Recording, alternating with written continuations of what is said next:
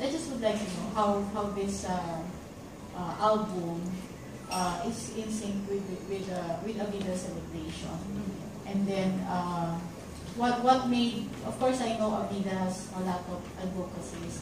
What specifically made you decide on this advocacy of helping the OPM?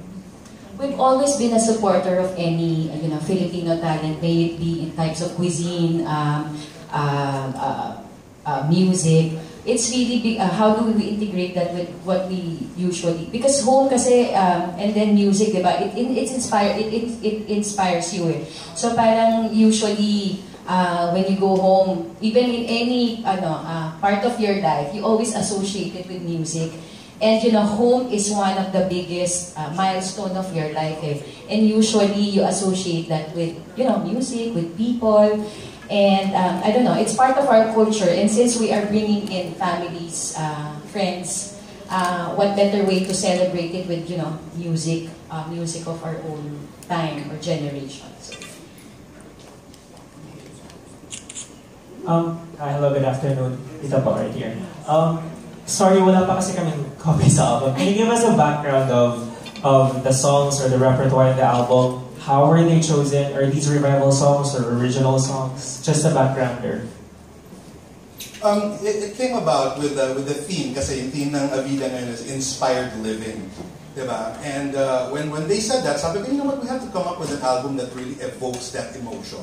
Yung tipong pag pinakinggan mo, uy, naalala ko yan noon, ganyan. But there are newer songs din naman na pag narinig mo, uy, I really like the feeling of this. So parang I was also thinking of the OFWs natin, na alam mo, nami-miss na yung home. So eventually the CD will reach them overseas. And you know what a morale booster that is for them? I mean, like, wow, sometimes, families there, wala silang kaibigang Pinoy. Right? But to hear something like this, it makes home closer to them. So I think that was the main gist of getting this thing. Of course, the artist selection process, song selection process, we always had that in mind din naman. Sir? Sinabi mo na. yung pagpili ng songs, they have to be recognizable for one. Maraming mga bagong songs na magaganda pero they still have to earn their mileage, so to speak. No? Especially for people who live abroad. Kailangan yung makarelate sila sa it was something that been a soundtrack of their lives at one time, being working in an office in the Philippines or growing up here. First kiss, sir. No, yung mga ganon. Dapat it evokes a feeling of personal experience which happened in the Philippines.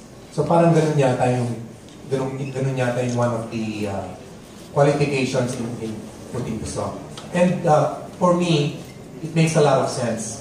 Because even in countries like Brazil had their own OPM thing which succeeded and was played all over the world.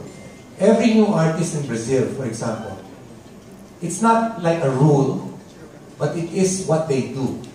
Every new artist must pay homage to the music of Jobim, yung mga greats nila, no? And they always include one song, at least in their album, na parang, hindi, Brazilian tayo, dapat meron akong ganito. They have that thing. So I think, the way this Avida album was conceived might have been something like that, although we did not know we were doing something like that. So, but I think it's such a great idea to have this, kasi I think the role of OPM really in the unification and then being Filipino is to have a common experience from somebody who lives in Apari and somebody who lives in Polo. Na parang, when you hear a certain song, yes, Filipino tayo, share. Ganun yun eh. So, and I think this album does that. Yes, sir. We've also heard that this will be available for download on iTunes and streaming via Spotify. These markets are really commercial. We have really mainstream songs here. And with Tunog Natin, it seems like it's not really the mainstream songs. Curious lang, sir, was there an attempt to make the songs still OPM, but a little bit, for the lack of a better term, saleable to the crowded Spotify and iTunes market? Well, the crowded Spotify and iTunes market are Filipino. Yun ang target natin. I mean, you're not gonna get, British guys immediately listening Philippine music, OPM, parang that's quite a stretch. So we're actually reaching out to Filipino audience out there. And I think giving songs that they know a different twist, pero may feeling pa rin that evokes home, I think it's a very good strategy.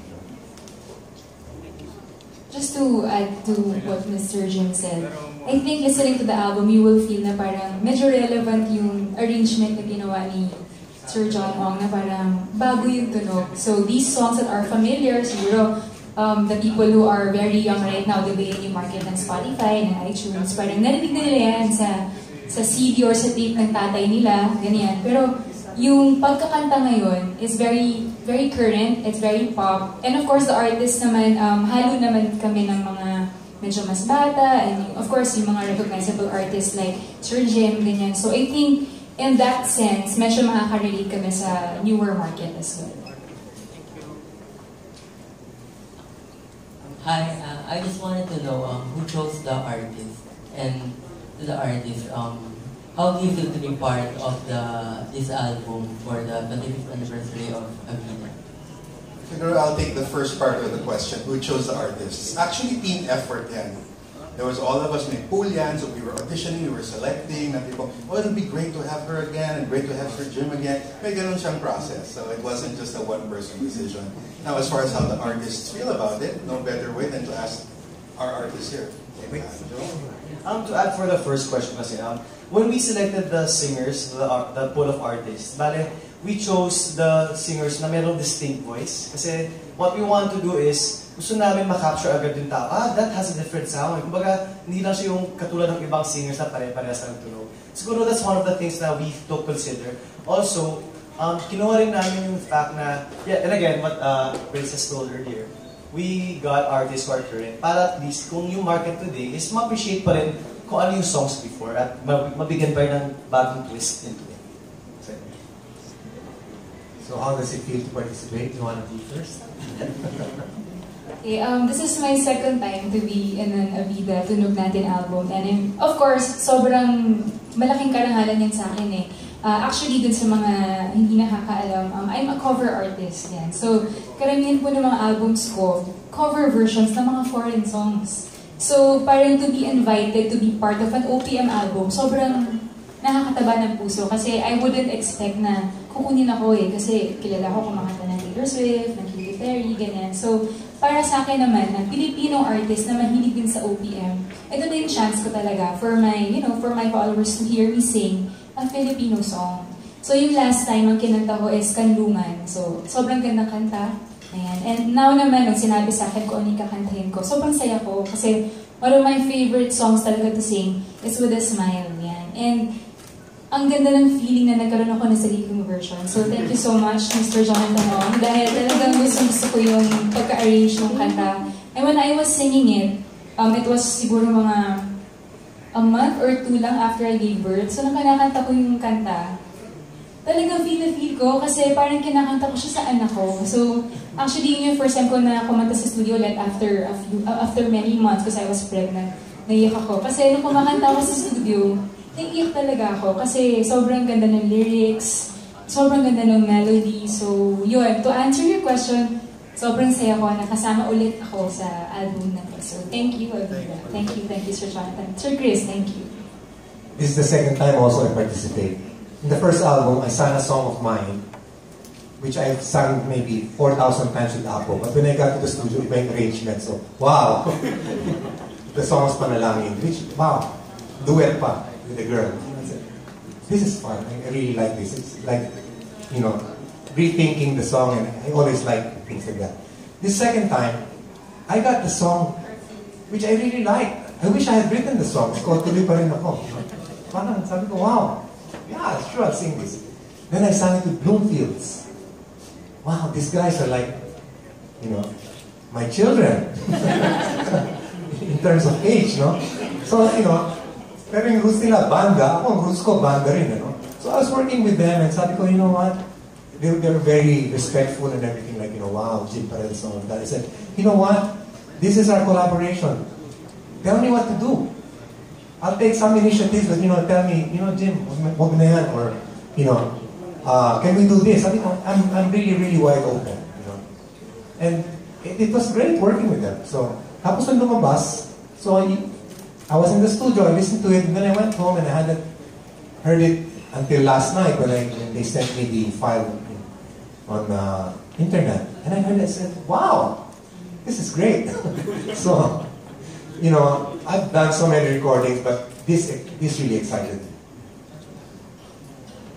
Hi, good afternoon po. My name is Nico of Pep Talk. My question po is for Sergio. Will you be open again to collaborate with Avida for the third edition of Tunog Natin? Definitely. I'm working with the right people here. It's not an effort, it's a walk in the park. Tsaka, maganda lumalabas yung products eh. And I kinda get thrilled with the fact that, you know, we don't just do something close to the original, we sort of play. And I really think music and creativity is really all about that. Paglaruan mo, take the song where it's never been, you know, put your own thing into it, and that's it. But definitely, yes.